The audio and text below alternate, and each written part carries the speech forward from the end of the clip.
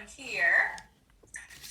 When I was around 12 years old, I used to set up traps in the garage. I tied a skipping rope to the doorknob of the door to the house. On the other end, I would tie a frisbee filled with water and put that on the light on the ceiling of the garage so that the frisbee would swing down and splash someone when they opened the door to the front to enter the garage. Eventually, when my dad was about to walk in the door one day, he said to me, "If there's a trap in the garage, you're going to be in big trouble." So I said, "Give me a minute to go in the garage before you come in." And I went in to dismantle my trap. Oh, whose story is this? Shout it out. Lainey. Nope.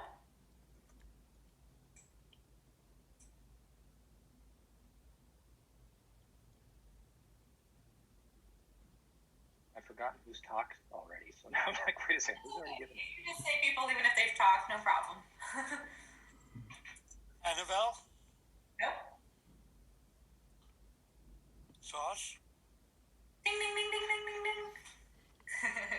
All right, Josh, tell us a little bit more about that. I guess, this was the days before the internet, so, you actually had to go outside and play and do things, and so I was always I didn't have a lot of friends, so I was always just looking for things to do when I was living in Nepean, and sometimes I'd skateboard around the block, and then I decided, I just liked playing with the things that were in the garage. I'm like, hey, I can tie a skipping rope to this, and then you open the door and it flies down. So it's just little things I liked to do. But I quickly learned that my dad doesn't appreciate my sense of humor necessarily. So and I thought it was funny, so I had to stop doing kinds of things like that.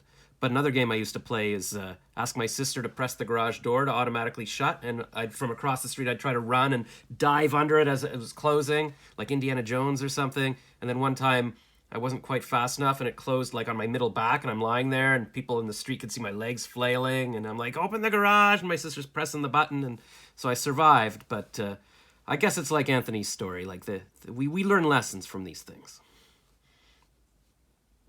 Very true, very true. Well, I'm glad that you dismantled it, because you would have gotten in really big trouble. Yes. And no limit for pranking your family.